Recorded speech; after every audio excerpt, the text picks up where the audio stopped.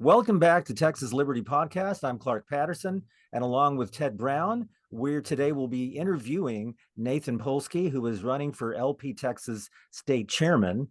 The election will be a week from this coming weekend in Corpus Christi at the LP Texas State Convention. So let's go ahead and have you introduce yourself, Nathan, as to how long you've been in the Liberty movement and how and when you came in, and what was the event that maybe triggered your introduction to the importance of liberty? Sure. Growing up, I've been pretty apolitical. Republican father, Democrat mother.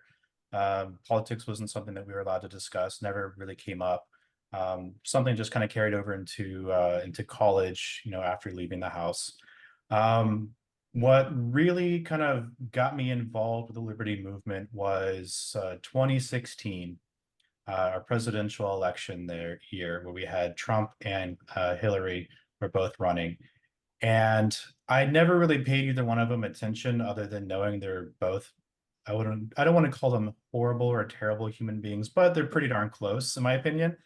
And I saw that, these are the people that are running, and I just couldn't stand it. So I decided to get involved. I looked to see, well, who else is running? I forget who was running for the Green Party at that time. That may have been Jill Stein. But then I looked at the Libertarian Party, Gary Johnson, and I saw, okay, I'm definitely not a Republican. I'm not a Democrat.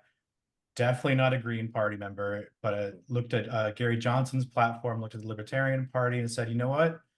This is kind of how I, live my day to day. This is how I feel that a society, should work. And, this is what I think is best for the movement. So I got my voter registration card. I went out and I voted for Gary Johnson. That was the first time I got involved. And just since then, I've voted in every presidential election, always voted Libertarian. And then in 2020, we all kind of remember COVID was starting to spread around, and we all saw what not only the states, the federal government, our local governments, but also what the parties were doing or not doing in that regard. So that's when I decided that I wanted to get even more involved. So the first thing I did is I started attending all of my city council meetings and decided to put my name in the race, just to, say, all right, this is something I should be more concerned about, going to those council meetings and seeing, they're passing ordinances. They're the ones who set your tax rate, their zoning laws, all these regulations. These are the things that, affected people on a day-to-day basis more so than what the federal government decides, once a year. This is stuff that's happening twice a month. So then I got engaged with my county party. I've been attending those meetings ever since then. I also became vice chair at our county convention in 2022. And then I just became the chair for the county this past March. I've also gotten more involved with the state. I've been the Senate district rep since 2022 as well. I've attended all of those meetings. I've been on the political action department as a coalitions liaison, helped with rewriting some of our standard operating procedures, streamlining some of the processes that we have to, make it easier and faster to get some coalitions going. And then outside of all of that, I've been personally helping candidates in other counties that are in need of websites. They don't know how to do it. They don't have the resources to do it, the time to do it. That's something that I'm in tech, so I'm very passionate about those types of things. And apparently I'm a glutton for punishment, and I'll sit down and I'll sit there and I'll start working on a website, and 4 hours later, I look at the clock and go, oh, I should probably go to bed now. Great.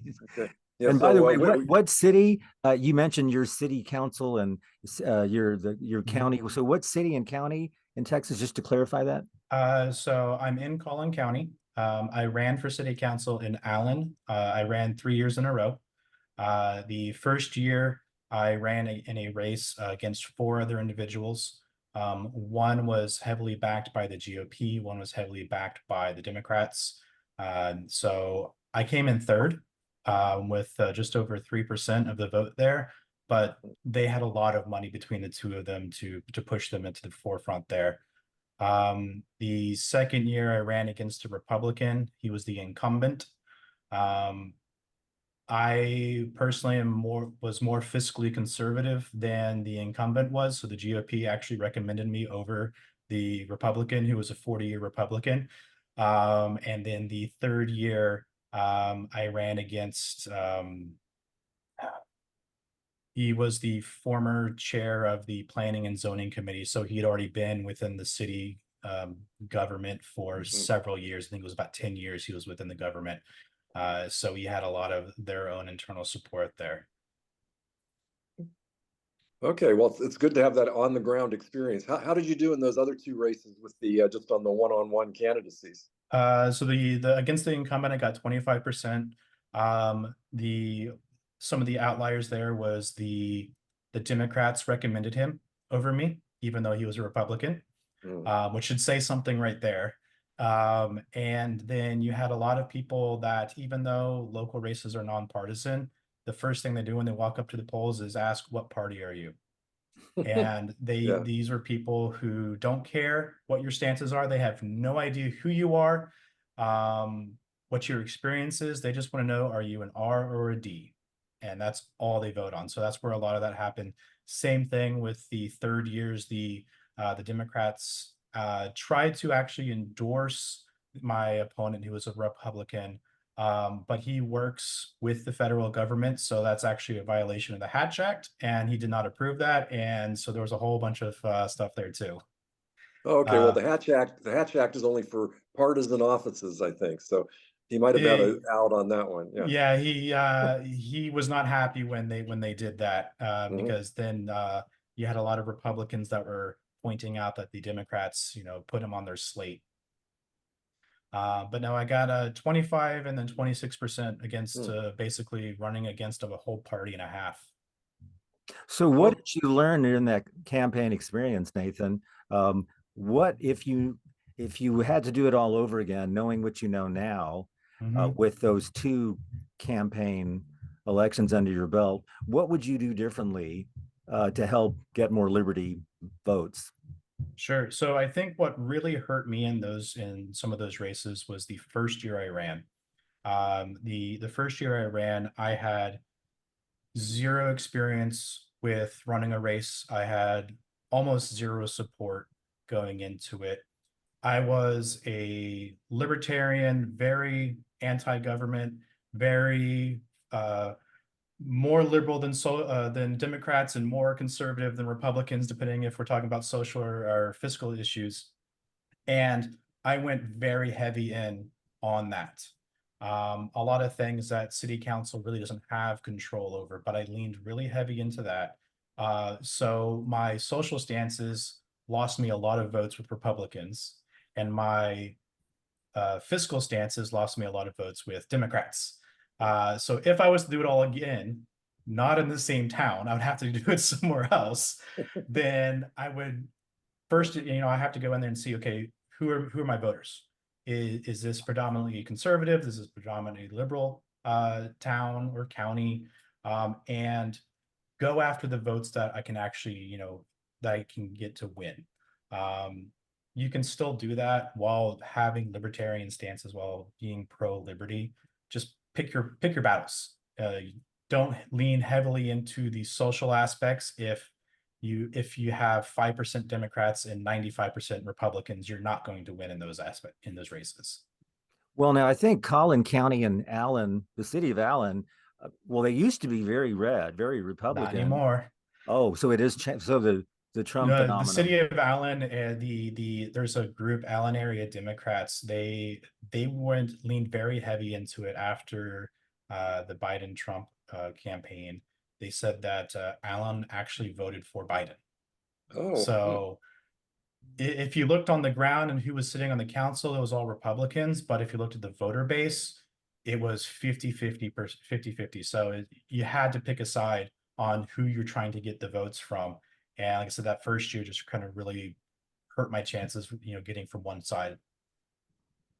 Sure, I think that's part of the Trump phenomenon, where you have, I guess, more lower middle class white males moving into the Republican Party at the same time that kind of the upper middle class country club, the old country club Republicans are now starting to go Democrat. We see that here, I think, up in Williamson County. I mean, Ted lives up or close to Williamson County, and I think what Vicki Godwin is now a representative. She's kind of a Democrat, and wasn't the case a few years ago. But I guess Ted, you would know more about that. There's this kind of shift where I know even Highland Park definitely a shift. Yeah, Highland there's Park used to be. Yeah, Highland Park used to be very Republican, and it's may not even be anymore. And River Oaks down in Houston, which is kind of the Highland Park of Houston, it's now represented by a Democratic lawyer. But anyway, yeah, Ted, why don't you chime in with another question if you have another one, Ted? Right. Well, I guess the main point would be is, of course, you're running for state chair. What do you bring to the state chair's race? How do you differ from your opponent? What do you think you can accomplish in that position? Sure. So what I think I bring is the experience running for office in races where I believe libertarians have the best chance of winning. I don't want to ever discount someone who wants to stand up and run for any level of office. But when was the last time we had a libertarian win a state house, a federal house, a position, or anywhere else above a county level? So speaking with some other groups that have been running local candidates, they've got a 25% win rate, which is a lot higher than a 0% win rate. So that's where I kind of want the party to shift focus. One of the things that I encountered when running for office, as well as speaking with other candidates who have run for office, either for statewide positions, county positions, or whatnot, is there was very little support from the party itself. And when we're trying to win races against Republicans and Democrats, they have resources at all levels of their party. I know the Collin County GOP, for example, they have more money in their bank account than we have in the state party.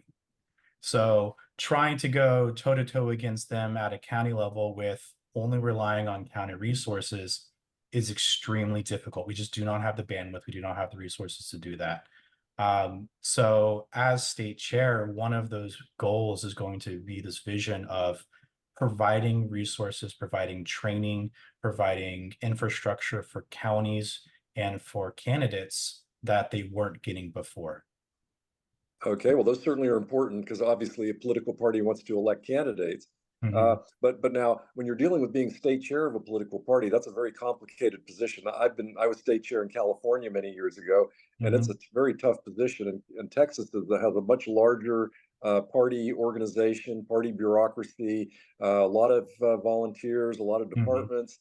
What would be your experience with that sort of thing? Like even with, say, Robert's Rules of Order and chairing meetings and organizing and running all these, disparate elements in the state party.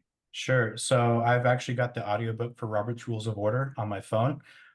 So anytime I drive to a select meeting, anytime I drive to anywhere that's 4+ hour drive, that's what I'm listening to on the road. It's I hope that doesn't lose you any votes, Nathan. I hope it doesn't lose me any votes either, but that's showing that I'm trying to research it. I'm trying to keep up to date with it as often as refreshing myself as often as possible. I've been like I said, I've been vice chair for the past couple of years within my county party. The way the Collin County previous chair ran it was very hands-off, and he's been chair before many years, and so was let the rest of the officers just kind of run the show and need stamps of approval if there's any controversy. And so I did a lot of organizing of all of our events, outreach, built the website for the county as well. In the number of years that I've been in the IT world, I've also been a manager over anywhere from 2 to 3 to over a dozen individuals at a single time, just making sure they're up to date on all their work. Everybody's, focusing on what their goals are, performance reviews, stuff that I just, I'm not seeing that the party itself at the moment is currently doing. When I look at other, I don't want to say every staff member, but I definitely know there is some room for making sure that we have those right individuals in the right positions. I don't want someone taking up a spot as a volunteer staff if they're not going to do anything. And we may have other volunteers that are itching to get their hands dirty, and we say, well, we already have somebody in that position, so maybe some other later time.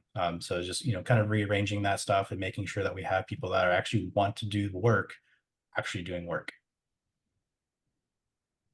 Okay. Well, Well, maybe Clark, go we ahead. should talk about what many people might consider the 800-pound elephant in the room. Lately, the LP Texas has been kind of factionalized over the last few years into what could probably accurately be described as two camps. The Mises Caucus, of course, which of course I believe you remember, and the non-Mises Caucus members. So should you win on April the 13th, your election, Nathan, would you see that as a mandate for a Texas reset? And what I guess mean by that is, would you see yourself as someone who could bring the factions together, or would it be more like, let's clean house with the status quo? Yeah, I don't want to go in there and clean house. That's not healthy for any party, any organization, unless it is way overburdened, which the state party is not right now. I have never had any issues working with anybody in any camp. I've worked with individuals that are in the CLC, that are in anti-groups. I've done this on several occasions, and it's always been, amicable as far as that goes. So I know a lot of people currently in the party. They may at the national level. I'm ignoring the national level right now. I want to focus on the state party. And I think overall, most of the people in the state party, regardless of what faction they're in, they're okay working together. They do work together on several occasions, and I don't see that really changing. I know we've had some individuals that may be more outspoken. Definitely, if that continues to be a problem, sit down with them and say, hey, if you're on staff, you can't act like this. Maybe you should consider some other options. But if they're not on staff, if they're not on select, if they're just someone who wants to shout mean words, then that's what the block button's for, the mute button's for, and just let them shout out into the wind.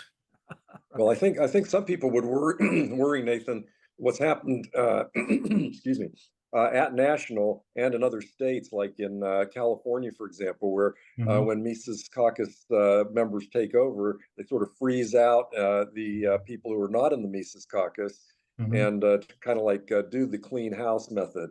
I believe. So I think there might be some worry about that, because it has happened in a number of other states, and there's like bloodbaths and lawsuits and these kind of things going on in other states. And obviously we don't want that sort of thing going on in Texas. Yeah, and like I said, that's never been my goal. It's never been the Mises Caucus, at least in Texas's goal as well. It's always been, let's work with people. But I think a lot of the fear, as you said, is people are looking at what's happening at national, what's happened in other states, and they don't want that to happen here. And I don't want that to happen here either. Well, now, I know in the past, many libertarians have said that LP Texas should work with other single issue groups such as Defend the Guard and some of the cannabis groups. And I don't believe that's happening, at least not to the extent that some of us wish it would. So what is your position on that, Nathan? In fact, if you could name maybe some other groups, or maybe even follow up with those groups. I know Mises has been working very well with Defend the Guard. In fact, it's probably the mainstay of their support. Their phone bankers. So Defend the Guard, is that an organization? And what are some other organizations that you think LP Texas should work with on single issue campaigns? Sure. So Defend the Guard is actually one that I was working on personally, trying to get in a somewhat of a coalition with the state party. The issue that we ran into is because of the previous coalition's process, it dragged out for so long that just kind of fell off. So that's one of the reasons why I was, so adamant about helping out rewriting that policy and getting the select body to pass that, because of just, like I said, how long that took, how many steps it took to actually get something through. Working with Defend the Guard, I think, is an amazing thing that we can do. We passed a resolution for it at the last state convention. So LP Texas supports Defend the Guard. It's just a matter of, well, let's actually go support it and help out with other states. And then when it comes time for Texas to vote on Defend the Guard, we'll be primed for it. We'll have the experience for it internally, and we'll have other states helping us out as well, just like the movement's doing with other states. I know we've got a coalition with one of the cannabis groups. I forget which one it is specifically. I know there's several in Texas at the moment. But getting out to their events, working with them on legislation, I think we need to be doing. There are even some Democrat or Republican organizations that they may not be tied directly to the party, but if you look at their members, they are majority Republican, they're majority Democrat. Sometimes we may agree with something with them. And there's this problem I see with libertarians that have somewhat of a purity test, I want to call it. It says, if you're not libertarian enough, I don't want to deal with you, or I don't want to work with you. And I want to get over that. Especially on, like I say, we're a small party. We're the third largest party in the US. We're the third largest party in Texas.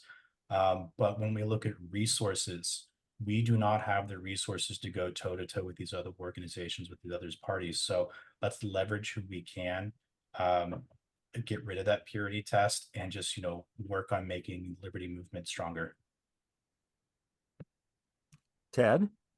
Okay, so now what about the you did talk before about how you wanted to focus on campaigns and all, and about staffing and all that in the state party. Now, what about party finances? And I know we've had an executive director recently, and of course your opponent Andrew Amelang was executive director recently. Do you think that's a position that should be filled, like a paid executive director to run the day-to-day affairs of the party, or is that should we be sticking with volunteers for something like that? Well, so first and foremost, we need to have a reevaluation of our finances. Looking at the budget that we just passed in November, we are bleeding more money than we're bringing in. I know you'll have individuals that will say, well, you have to spend money to earn money. You have to push liberty, which is great to a point, but when we're looking at items that are costing tens of thousands of dollars a year and we're not bringing that in, then we need to really seriously reevaluate what we're looking at. I am not against having an executive director. I'm not against having paid volunteer staff. What I would encourage or recommend is to make those commission-based, because at that point, it's going to encourage those staff members to do everything they can to bring more money into the party, which is what we seriously need right now. Because it seems to me like, of course, I'm on SLEC as you are, the state executive committee, and it always has seemed to me, at least for the last few years, that the LP Texas brings in a lot of money. In fact, I've been impressed by the fundraising prowess of our treasurers, always asking for money, and everywhere we go, like conventions, I just can't believe, like at the banquet, how much money gets raised. But say, wow, all these people are really ponying up. It's like in Texas, you can't let somebody contribute more than you. You've got to do one better and contribute even more. And I'm just as amazed at how much money has been raised. Just like recently with the candidate debate auction, pretty much for like over $50,000 was raised just less than a month for that project. So it seems like, to me at least, as a member of collective, we're in pretty good shape. Obviously, you always need more. There's always more to be done, but it doesn't seem like we're in bad fiscal health, unlike, say, the National Party, for example. Well, so if we can go back and look at numbers but if we want to look at the amount of revenue that the party brought in for donations, and we're talking outside of the convention, because the convention has its own specific fund. Everything raised for the convention stays in the convention fund. It doesn't go anywhere towards the day-to-day business within the party. But if we look over the past couple of years, we've spent more money than we've actually brought in. Even as good as some of our fundraising has been, we were year after year spending more than we brought in. And while we may be in the black for now, you can only do that for so many years before you're then in the red, and that's a serious problem to have. As you mentioned, the national is looking at something like that right now. Right. Do you have any ideas about any like different kind of fundraising or better fundraising or whatever than we've been doing? Sure. I mean, so one of the goals that I want to have is engaging more with some of our elected representatives, even though they're not libertarians. Getting down into the Austin area, that's where, that's who we as the state level need to be talking. We need to be talking with those people down there, and doing a lot more events down there to bring money in. I've seen, in some of the debates or the issues that people have talked about where people have stopped donating to national because they didn't like who was running the show. Some of the discussions I've had with that is those people haven't stopped donating. They've just stopped donating to the national committee. They've changed their donations to somewhere else. So from the Texas level, from the state level, there's a lot of people that are currently not donating to the state party because they don't like the direction the state party is going. And if we want to keep the party going the same way it's going, we're not going to get those donations back. If we change the direction the way the state party is going, if we want to start focusing harder on local candidates, on assisting our counties, assisting our candidates themselves, that's when we're going to start bringing in those donations because we're going to see an actual return on our investment there. Okay, have you gotten any kind of pledges on that, or are there particular, like maybe bigger donors that say, "Hey, Nathan, we're waiting for you.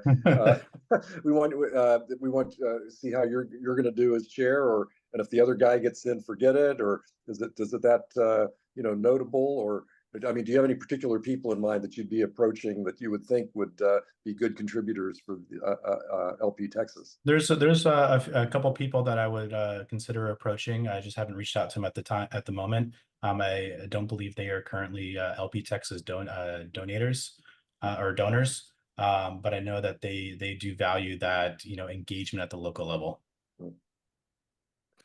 Well, Nathan, as we're coming to a conclusion here, I'd like to have one last question of you. It sounds like even if you're not successful the weekend from this, on April the 13th, you're going to stay involved 100% Absolutely. full stop with LP Texas. No, yeah, absolutely. I went and in the event that I do not win, I've already filled out my interest form to rejoin the select body. So I don't plan on going anywhere there. I am still chair for my county, participating there. I'm still in the political action department, helping out with coalitions where I can there. And occasionally I help out with some of the IT related stuff. If anybody has any questions, IT related, that maybe someone on the current IT staff doesn't know.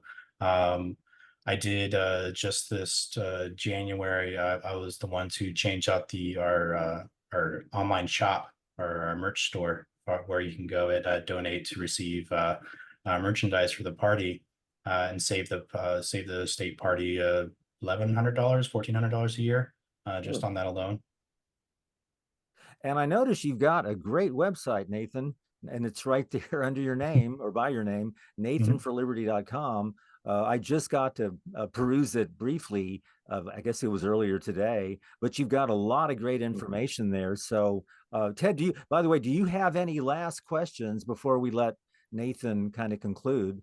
Do you have any? No, I think that's about it. Nathan, thanks so much for coming on, because it is important for as many delegates, members to know who's running. And I haven't really seen, like, out in the liberal world here in Texas, a lot of campaigning from either you or Andrew Amelang, unless it's all going on behind the scenes, like directly to delegates. I haven't seen like much promotional from either one of you, like on Facebook or Twitter or any other Of course, those are the two main ones that I'm on. Mhm. But so I'm hoping that we can, help people learn about the candidates this way.